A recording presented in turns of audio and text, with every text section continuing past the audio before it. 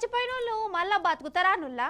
అంటే పరలోకానికి పోయినోళ్ళు మళ్ళా వాపస్ వస్తారా? అసలు రారుగాక రారు.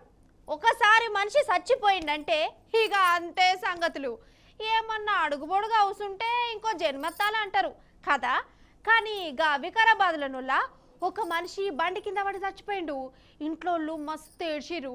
ఇక ఆఖరి కార్యం కూడా చేసేదందుకు తయారయ్యారు. కానీ అప్పుడే చచ్చిపోయిండు అనుకున్న మనిషి బతకచ్చిండు. ఎట్లనో చూడురు మరి మీరు ఇట్లా. అయితే వికారాబాద్లో ఒక మనిషి పట్టాలు దాటుతాంటే రైలు గుద్దింది.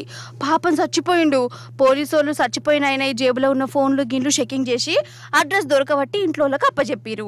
ఇంట్లోళ్ళు మస్తు ఏడ్చుకుంటా ఆఖరి కార్యానికి ఏర్పాట్లు అవి చేసిరోళ్ళ. అంతల్నే చచ్చిపోయిండు అనుకున్న మనిషి నేను ఇంకా బతికే ఉన్నా సావలేదనుకుంటే ఇంటికి వచ్చిండు. ఇగో గిడ కూసుని ముచ్చట్లు పెడుతుండు చూడు. ఈయనకే పాడగట్టిరు కానీ బతికచ్చిండు.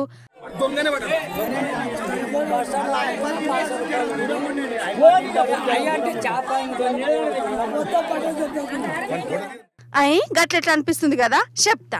ఈయన పేరు ఎల్లప్ప. వికారాబాద్ దగ్గరలోనే ఉన్న ఊర్లో ఉంటాడు. ఏదో సిమెంట్ కంపెనీలో పనిచేస్తుండట. పనిచేసే కాడనే ఈయనకు ఒక సోపతి గాడు దొరికిండు. డ్యూటీ ఒడవంగానే ఇద్దరు కలిసి బ్రాండీ షాప్కి పోయి మందు దాగిరు. ఈ ఎల్లప్పనేమో అగడు పడ్డట్టు దాగి సోయప్పి పడిపోయిండు. ఇక ఈయనను చూసుడుతోనే ఆ సోపతి గానికి దొంగ బుద్ధి పుట్టింది. తాగి పన్న ఎల్లప్ప జేబులోకి వెళ్ళి సెల్ ఫోన్ను పైసలను తీసుకొని ఆడికెళ్ళి పారిపోయిండు. అయితే అట్లా ఆగంలో పట్టాలు దాటుతుంటే రైలు వచ్చి గుద్దింది ఆ సోపతి గారిని. మనిషి ఎవరో ఏర్పడకుండాయిండు. పోలీసు వాళ్ళు వచ్చి పట్టాల మీద ఉన్న శవాన్ని చెకింగ్ చేస్తుంటే జేబుల ఫోన్ దొరికింది. ఈ ఫోన్ గల్లోడే చచ్చిపోయిండు అనుకొని పోలీసు వాళ్ళు ఎల్లప్ప కుటుంబానికి శవాన్ని అప్పచెప్పారు. వాళ్ళు కూడా ఎల్లప్పనే చచ్చిపోయిండు అనుకొని ఏడ్చి నిలబడ్డారు. ఆఖరి కార్యం చేస్తుండగానే ఈ ఎల్లప్ప ఇగో ఊర్లో తేలిండోళ్ళకి ఇట్లా అదన్నట్టు సంగతి. అంటే చచ్చిపోయినోడు దొంగోడు.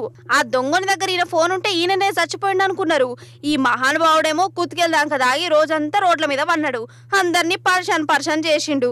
ఏదైతే ఏంది పట్టు, చచ్చిపోయిండు అనుకున్న మనిషి మళ్ళీ ఇంటికి వచ్చుడుతోనే ఆ ఇంట్లో ఒక సంబరమా.